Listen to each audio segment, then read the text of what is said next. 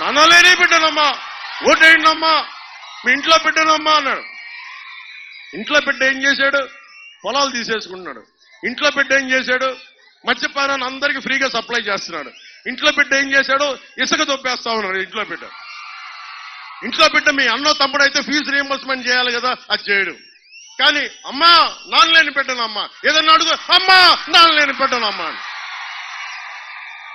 అరే నేను కూడా నాన్నలేని బిడ్డనే, నేను ధైర్యంగానే ఉన్నాను కదా. కనీసం మా నాన్న ముఖ్యమంత్రి కూడా కాదు. మా నాన్న కానిస్టేబుల్ గా పోలీసులో స్టార్ట్ అయ్యి ఎక్సైజ్ డిపార్ట్మెంట్ లో ఒక ఏఈ అసిస్టెంట్ ఎక్సైజ్ సూపరింటెండెంట్ గా రిటైర్డ్ అయిన వ్యక్తి. ప్రతిదానికి డ్రామా డ్రామా డ్రామా సంపి దొబ్బుతున్నారు మమ్మల్ని. ఏదైనా మాట్లాడితే నేను లోకల్ కాదంటాడు. జగన్, నేను బాపట్లో పుట్టా, తిరుపతిలో నామకరణం చేశాను, ఒంగోలు నెల్లూరులో పెరిగా, పక్కనే ఉన్న మన మొగల్తూరులో మాకు పొలం ఉండేది, మాకు సొంత ఇల్లు ఉండేది. నీలాగా పాపం జగన్ వాళ్ళ తాతగారు చాలా గొప్ప వ్యక్తి. పాపం ఒక బలిజ కులానికి చెందిన వెంకట నరసయ్య గారి పాపం మైండ్స్ ని, వెరైటీస్ మైండ్స్ ని ఆయన చక్కగా ఆయన కింద కూలీగా పనిచేసి ఆయన తీసేసుకున్నారు. మాకు అలాంటి అవకాశాలు లేవు కదా జగన్. మేము కింద మీద నలుగురితో రావాలి, మన దగ్గర అంత డబ్బులు ఉండవు కదా జగన్. దోచేసే మైండ్లు మాకు లేవు కదా. మేము ఉద్యోగాల మీద బతికే జీవితాలు మేము ఏదో కష్టపడి కింద పడి వచ్చాం మేము. కానీ నువ్వు కూర్చొని నువ్వు మా కథలు చెప్పి ఒంటరి బిడ్డని, అమ్మ మీరందరూ ఉన్నారు, సొంత చెల్లికి గౌరవం ఇవ్వని వ్యక్తి అమ్మా. అరే ఏ అన్న అయినా సరే చెల్లి మీద అంత నీచంగా మాట్లాడతాడా?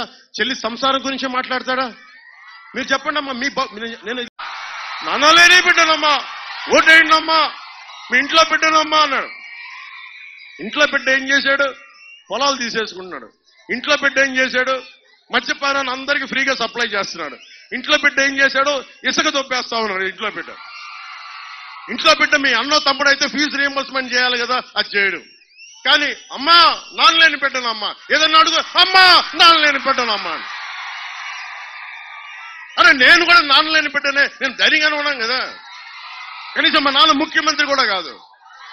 మా నాన్న కానిస్టేబుల్ గా పోలీసులో స్టార్ట్ అయ్యి ఎక్సైజ్ డిపార్ట్మెంట్ లో ఒక ఏఈ అసిస్టెంట్ ఎక్సైజ్ సూపరింటెండెంట్ గా రిటైర్డ్ అయిన వ్యక్తి. ప్రతిదానికి డ్రామా డ్రామా డ్రామా సంపి దొబ్బుతున్నారు మమ్మల్ని. ఏదైనా మాట్లాడితే నేను లోకల్ కాదంటాడు. జగన్, నేను బాపట్లో పుట్టా, తిరుపతిలో నామకరణం చేశాను, ఒంగోలు నెల్లూరులో పెరిగా, పక్కనే ఉన్న మన మొగల్తూరులో మాకు పొలం ఉండేది, మాకు సొంత ఇల్లు ఉండేది. నీలాగా పాపం జగన్ వాళ్ళ తాతగారు చాలా గొప్ప వ్యక్తి.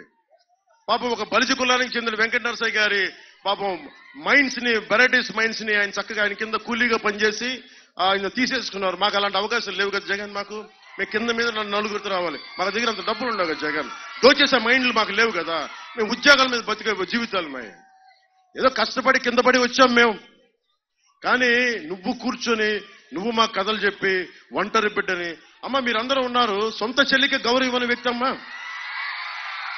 అరే ఏ అన్న అయినా సరే చెల్లి మీద అంత నీచంగా మాట్లాడతాడా?